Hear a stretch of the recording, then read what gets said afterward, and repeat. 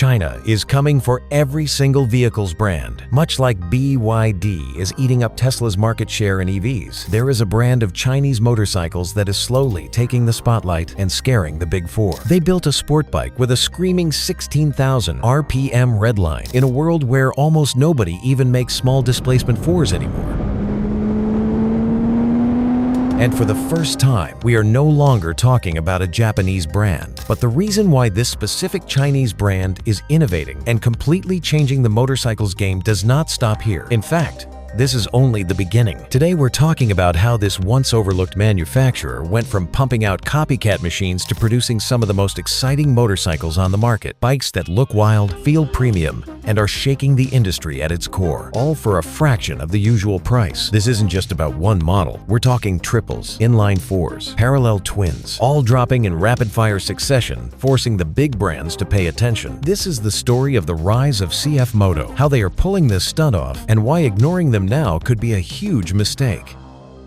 Before I continue with this video, I do want to say, this is not a sponsored video. Nobody paid me to do good PR for CFMoto. This is my honest, unbiased opinion on a channel that I still make no money from. If you want to support me in sharing everything I find interesting in the world of motorcycles, hit that subscribe button. 5 or 6 years ago, CFMoto's lineup was fine. The 300SS looked sporty, but had the heart of a Grom. The 700 CLX was a retro naked bike that felt like it had borrowed half its DNA from Kawasaki's Ninja 650, and not in a flattering way. These were budget-friendly, yes, but uninspiring. They didn't feel like a greater sum of their parts, more like placeholders. Then Stage 2 hit. CFMoto signed a partnership with KTM, and suddenly their bikes weren't just good for a Chinese brand. They were just good. Period. The 800 NK and Ibex 800, basically KTM Duke 790 and 790 adventure equivalents, reskinned, tuned slightly differently, and yes, often more affordable. In some cases, about $1,000 cheaper than the KTM versions, and that glow-up wasn't just about looks. It was about what's hiding inside the frame. CFMoto is rolling out original platforms that still take inspiration from familiar bikes, but now feel like their own thing. The 450S marked a bold step forward, a sporty, value-packed beginner bike, powered by a 270-degree parallel twin, the first engine of its kind in its class, offering a lively character that set it apart from the usual entry-level fare. Then came the 675SS, a fully fared triple that radiates serious Daytona 675 vibes, while still carving out its own identity in the crowded middleweight segment. Not long after, CFMoto surprised the industry again with the 500 SR Voom, a small, high-revving inline four boasting a screaming 16,000 RPM redline at a time when nearly every manufacturer had abandoned small displacement fours.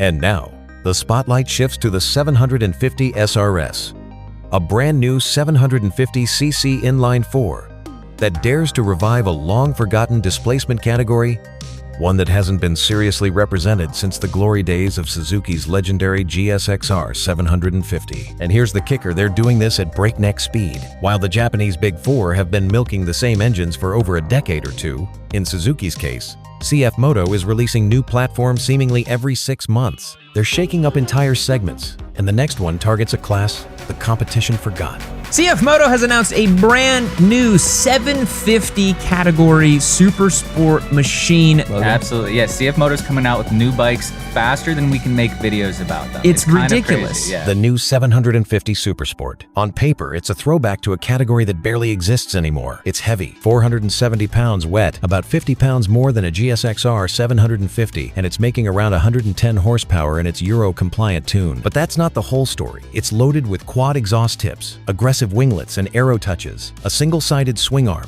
a full TFT display, and CFMoto's signature flashy startup light show. Old school riders might roll their eyes and call it fluff, but guess what? The owner of a CFMoto 450 SS literally told reviewers his favorite thing about the bike was the lights. CFMoto knows its audience, and it's not old guys who want bare-bones track weapons. It's Gen Z and younger millennials who want a street-friendly sport bike that looks fast, sounds cool, and doesn't cost as much as a used car. And that brings us to what really makes the CFMoto stand out. Its design language and growing brand identity. One of the smartest things CFMoto is doing, they're making all their sport bikes, the 450, 675, and 750, feel like they're part of the same family. That's branding 101. Think Yamaha R Series or Suzuki GSXR lineage. If you like one, you recognize and respect the others. And even if you think the 750 looks busy or a little Frankenbike, there's no denying it has presence. The folding winglets, the quad pipes, the aggressive stance, all of it screams squid missile for the street. And that bold design approach isn't just for show. It's part of a bigger strategy. Here's the truth. The big four have gotten slow. Suzuki hasn't built a new engine in 20 years. Honda and Yamaha keep reusing power plants from the 2010s. Meanwhile, CFMoto is acting like it's the 1990s all over again, dropping new engines and platforms every few months. They're not bound by racing class rules. They're not worried about protecting heritage at the cost of progress. They're asking, what do riders want right now? And then building it. And that speed comes with a question a lot of riders are still asking. Aren't they just Chinese knockoffs? That's the elephant in the room. There are still plenty of no-name Chinese brands selling crate bikes that barely survive the first oil change. But CFMoto isn't that. They've been making off-road vehicles since the 1980s. They build some KTM models for global distribution. They have hundreds of US dealers, 2-year warranties, and real parts support. This isn't an eBay special you assemble with an IKEA toolkit. Part of proving they're not just another cheap import comes down to understanding exactly who they're building for. So here's where CFMoto absolutely nails it. They get the 2025 rider. Younger riders aren't interested in dropping $20,000 on a superbike just because it has MotoGP heritage. They want something that looks wild, feels premium, and is attainable. And in that space, CFMoto is cleaning up. Digital TFT dashboards, bold paint jobs, social media-ready startup sequences, all at prices the Japanese brands can't or won't match. They've cracked the code on style and value, but their biggest weapon might just be a mindset the old guard can't match: the business nihilism advantage. The Japanese approach: develop a great engine, keep refining it for 20 years, slowly update the lineup. The CFMoto approach: try everything. If it doesn't work, dump it and build something else. That chaotic model means they can react instantly to trends. If a 750cc inline 4 suddenly gets hot again, boom, 6 months later, they have one on the showroom floor.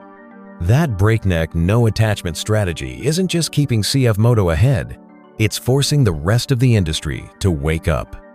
Even if you never ride a CFMoto, you're still benefiting from their existence. Honda's CB750 Hornet and CB1000 Hornet are priced aggressively for their classes, and that's not generosity, that's competition pressure. Royal Enfield proved that cheap, cool bikes can sell in huge numbers. CFMoto is proving they can do it with more tech and flash. And when riders move up from entry-level bikes, CFMoto is right there with a 675 triple or a 750 inline 4 for under 10 grand. If that sounds like they're already shaking things up, the future they're building toward could be even wilder. The question is, where is this going? If the rumors are true, we're looking at a CFMoto V4 superbike in the near future. And if they keep building every engine layout under the sun, they might soon have the most diverse lineup in the industry, rivaling even Yamaha's CP2, CP3, CP4 spread. As global manufacturing keeps shifting, more big brands may start outsourcing to China. When that happens, CFMoto won't be the outlier, they'll be the blueprint. Whether you think they're exciting innovators or overhyped knockoffs, CFMoto has changed the conversation. They've gone from budget clones to building some of the most interesting motorcycles in the showroom at a pace we haven't seen in decades. They're forcing the old guard to lower prices, update designs, and rethink how they connect with younger riders. So no, you don't have to like CFMoto. But if you care about motorcycles being more affordable, more diverse, and more exciting, you can't ignore them. Because love them or hate them, they've made the future of motorcycling a lot more interesting. And as competition keeps changing, there are 10 bikes that might become so rare that turn into a fortune. I made a full video on this. Click on screen now to watch. Thank you for watching, and I'll see you in the next one.